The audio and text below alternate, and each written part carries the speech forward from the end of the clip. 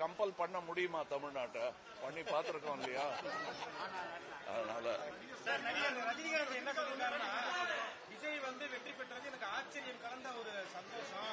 ஒருவேளை கமலஹாசன் முதல்வரா வந்திருக்காருன்னா கூட நான் பொறாமப்பட்டிருப்பேன் ஒரு மாதிரி ஒரு சிரிப்பலையோட சொல்லியிருக்காரு. சிரிப்போட தான் சொன்னாரே தவிர நாங்க 2 பேருமே ஒருத்தர் பார்த்து பொறாமப்பட்டது கிடையாது. போட்டி போடுவோம், பட் பொறாமப்பட்டது கிடையாது. We are the best sportsman you can find இன் தமிழ்நாடு.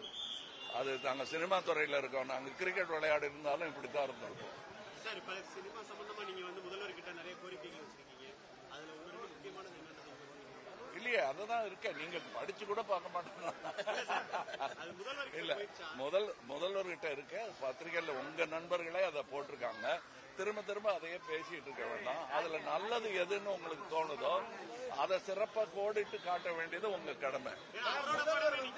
முதல்வர் பதவியேற்றதுக்கு அப்புறம் அரசியல் கட்சி தலைவர்களை நேரடியா அவங்க இல்லத்துக்கு போய் நேரடியா சந்திச்சாரு. இதுல எடப்பாடி பழனிசாமியை சந்திக்கல அப்படின்றது ஒரு பேசு பொருளாயிருக்கு. 25 பேர் அவங்க கூட போறதா சொல்லியிருக்காங்க. இதுல கொரோனா பிரச்சனைகள் இருக்கு, யார் தலைமைன்றது எங்களுக்கு தெரியல. அந்த மாதிரி நீங்க எப்படி பாக்குறீங்க அந்த அணுகுமுறையை? உங்களை மாதிரி தான் பாக்குறேன், வேடிக்கை பாக்குறேன். நன்றி.